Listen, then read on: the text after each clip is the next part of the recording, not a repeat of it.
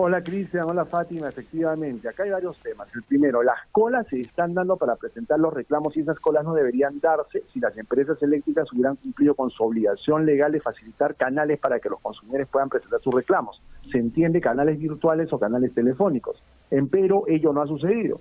Y ese es uno de los reclamos principales por parte de los consumidores, que la posibilidad de interponer reclamos se ha visto menoscabada porque dichos canales no existen y en su desesperación, teniendo en cuenta los voluminosos montos de las deudas que se les han acotado, salen a la calle exponiendo su salud para hacer estas largas colas que lo único que hacen es ponerlos en riesgo. La segunda cuestión es que quien tendría que supervisar que estos canales que posibilitan la presentación de reclamos estén operativos es el regulador, que en este caso es el OSINERMIN. Y a los OSINERMIN llevamos varias semanas pidiéndole que se manifieste en relación a este tema, porque repito, ya es cosa sabida que los consumidores no pueden interponer reclamos ni de manera virtual ni de manera telefónica. Entonces los OSINERMIN tendría que verificar esto. Y a los OSINERMIN les sobran herramientas para hacerlo y técnicas para hacerlo. Una de ellas es la del cliente incógnito, que implica hacerse pasar por un consumidor que pretende interponer un reclamo para ver cómo es tratado. Los OSINERMIN debería de esto porque son demasiados reclamos. Como ustedes recordarán, nosotros abrimos un formulario virtual solo 48 horas para recibir reclamos de consumidores y recibimos prácticamente 1000 reclamos de consumidores en ese lapso de tiempo tan chiquito, teniendo en cuenta que no todos están conectados a Internet.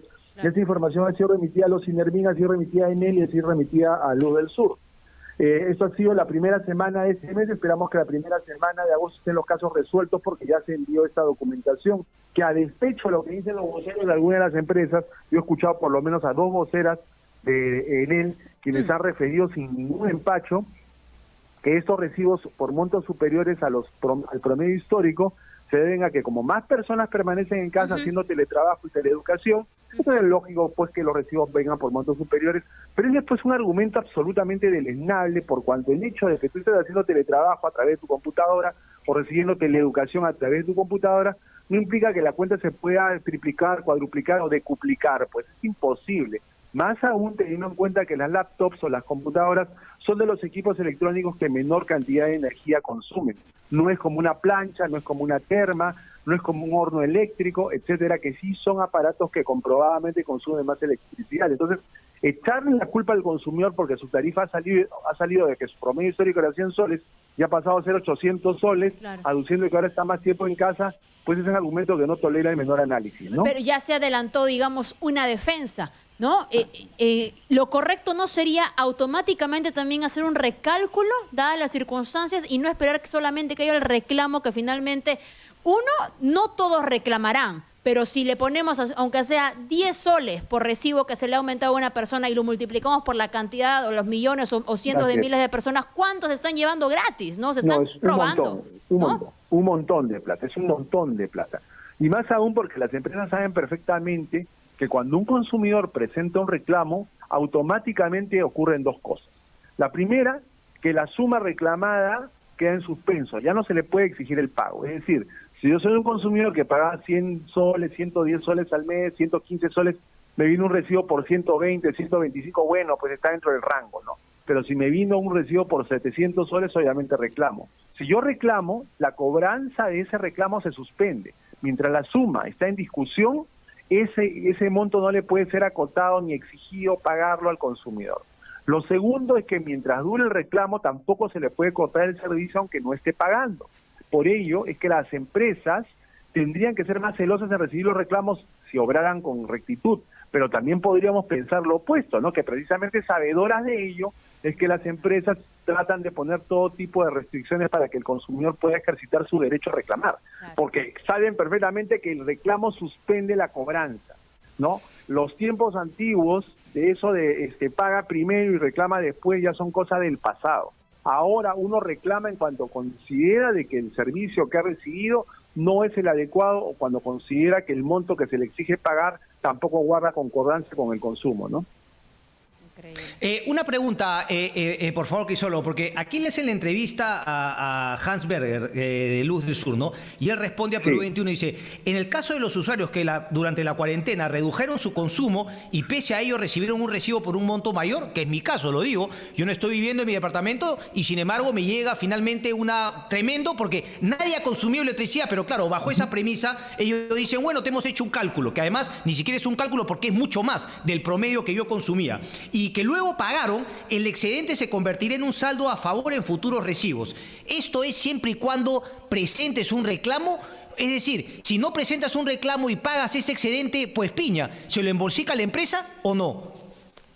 A ver, hay que hacer un reconocimiento. Hans Berger se comunicó con nosotros apenas enviamos este formulario y nos pidió él de que por favor le enviáramos a ellos el formulario que querían conocer los reclamos de los consumidores, algo que no hizo en él, ¿no? O sea, hay que honorar el mérito. Vale. Lo segundo es que, si bien es verdad que los consumidores tienen derecho a que se les cobre lo que exactamente consumieron y las empresas en este momento son conscientes de que ello no necesariamente ha sucedido, no deberían esperar reclamos de los consumidores para hacer una evaluación de los cobros realizados. Claro. Sino que de motu propio las empresas deberían agarrar de canto el padrón de usuarios. Así como cobraron. Y efectuar el recálculo. Así como claro. Exacto, Fátima. Tal cual. Si lo hicieron para cobrar de más, deberían hacerlo igualmente para regularizar los cobros y ajustarlos al consumo real.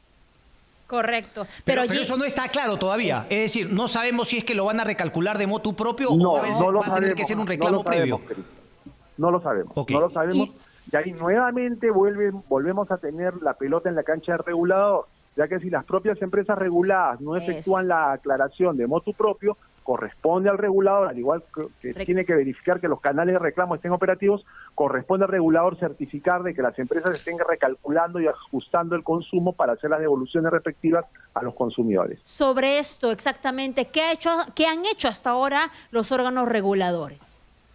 Bueno, no son los órganos reguladores, sino estamos hablando básicamente de los INERMIN, que es el regulador en materia. Yo me estaba yendo más allá porque también hay problemas, por ejemplo, con la entrega de los servicios de telefonía.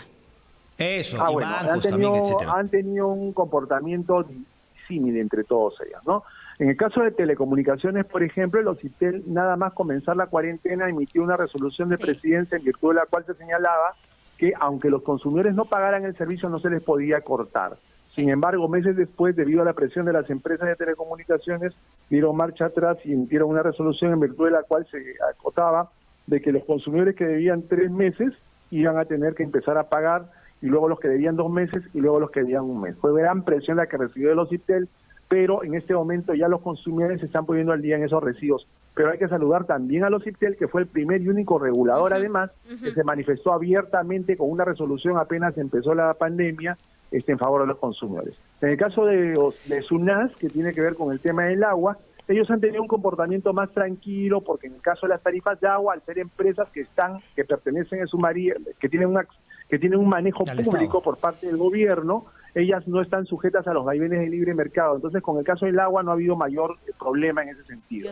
En el caso de lo que estamos hablando, que es luz eléctrica, aquí sí. Creo que este es el caso realmente más escandaloso que se ha manifestado en relación a los 3 servicios públicos que acabamos de comentar, ¿no? Porque aquí sí han habido recibos excesivos. Se podría entender que esto hubiera pasado pues en una proporción, ya que no salían y sacaban un cálculo, se podría haber esperado un cálculo que excediera ligeramente el promedio histórico, ¿no? Ya pues se ha excedido en 50%, te ha cobrado 50% de más, bueno, puede ser, o 60%, pero los recibos que hemos visto en televisión, que hemos recibido en Aspect, hablan pues de sumas 10 veces el consumo, no 15 veces el consumo promedio. Entonces uno dice, ¿de dónde han sacado, qué regla matemática han utilizado para efectuar un cálculo tan perjudicial para los intereses de los consumidores? No hay explicación. O sea, el rubro más quejado, y ha sido muy bueno que hagamos este paneo sobre los servicios públicos, ha sido el de electricidad. Muy bien. Señor Cáceres, no se nos vaya a acabar el tiempo. El tema del bono, ¿cómo está dándose esta implementación? Entendemos que alcanza 160 soles. Por favor, los detalles. Sí, el monto es de 160 soles. Hoy se ha publicado el procedimiento de aplicación por parte de los INERMIN, que es el regulador del que estamos hablando. Se ha publicado una resolución del Consejo Directivo y establece que se va a verificar el promedio de consumo de cada familia. Tiene que ser no mayor a 125 kilowatts al mes. ¿Qué cosa es esto? Porque muchas personas me preguntan. Es una medida para medir la energía que se está utilizando. No significa la cantidad de kilovatios, que es lo que utilizamos por hora para nuestros artefactos eléctricos. Por eso es que se entiende de que equivale a 1000 vatios durante una hora. No confundir, o sea, no es que solo si prendes la luz una hora al día te vas a hacer acreedor a esto, sino que sí cumples con esta medida. Se supone de que eso va a beneficiar fundamentalmente a las familias de menores ingresos económicos que están ubicadas al interior del país. Según el cálculo difundido por el regulador, esto va a beneficiar a 2.400.000 usuarios. ¿Cómo se puede consultar para saber si uno es beneficiario? Según un decreto de urgencia el 074 que se publicó en junio, el OSINERMIN va a publicar el padrón de beneficiados con este bono, para lo cual viene alistando una plataforma que se va a poder consultar. Dicha plataforma, hasta donde entiendo en este momento que estamos conversando, todavía no está habilitada. Así que la recomendación que le hacemos a la audiencia de ustedes es que estén ingresando de manera permanente a la plataforma de los OSINERMIN. Ellos tienen una página web muy fuerte, y ahí verifiquen, porque debe crearse un link referido a los beneficiarios con el bono. Y ahí sabrán ustedes de manera certera si son o no los agraciados con esta medida. Ok, pero no es una entrega directa a los beneficiarios, ¿verdad? Es cuando nosotros hicimos esa consulta, precisamente, ese mismo día el gobierno respondió y dijo que básicamente iba a ser un dinero que se iba a entregar directamente a la empresa. No es un dinero que se iba a entregar directamente al consumidor por dos razones, ¿no? Primero, para evitar las aglomeraciones de las colas, y segundo, para que no vayan a usar el dinero en un fin distinto al pago de la deuda eléctrica. Ahora es por todo tiempo, ¿no? Pero que antes se defina finalmente eso de las deudas, ¿no? Porque, claro, Sí. por ahí no van a pagar esos excedentes que en un reclamo finalmente el usuario espera que le reduzcan el monto que le ha llegado. Claro, lo que va a decir es que se aplica al concepto de la deuda, pero la reducción de la deuda tiene que darse de todas maneras, Claro. sea porque la empresa lo decide, como conversamos en unos instantes, o porque existe un reclamo de por medio.